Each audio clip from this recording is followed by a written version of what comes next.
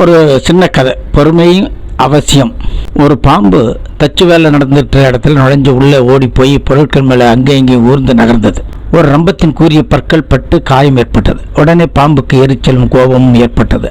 அந்த கூரான ரம்பத்தை கடித்தது. ரம்பத்தின் பற்கள் பட்டு பாம்பின் வாயில் ரத்தம் வர ஆரம்பித்தது. பாம்புக்கு எரிச்சலும் கோபமும் தாங்கவில்லை. உடனே அந்த ரம்பத்தை சுற்றி வளைச்சி இறுக்கி நொறுக்க ஆரம்பித்தது. இதனால் வலி அதிகமாகி ரத்தம் வர வர தன் பலம் முழுவதையும் சேர்த்து வேகமாய் புரண்டது.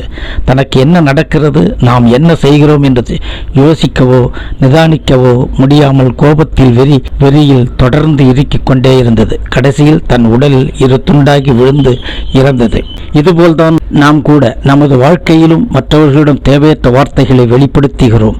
கோபத்தில் எதையும் யோசிக்காமல் செய்கிறோம். இதன் விளைவாக நாம் தவறுகளை உணராமல் மேலும் மேலும் கடினமான வார்த்தைகளை பயன்படுத்தி கோபத்தில் தடுமாறி நிதானம் இழந்து பதட்டம், மன அழுத்தம் இவற்றில் சிக்கிக்கொள்கிறோம். கடைசியில் இதனாலேயே நம் மனதையும் உடலையும் உறவையும் வாழ்வையும் ஒட்டுமொத்தமாக இழந்து விடுகிறோம். ஒன்றை மட்டும் மறக்கக்கூடாது, தானத்தில் சிறந்த தானம் நிதானம்தான். நன்றி நண்பர்களே. சப்ஸ்கிரைப் பண்ணுங்க, லைக் பண்ணுங்க, ஷேர் பண்ணுங்க.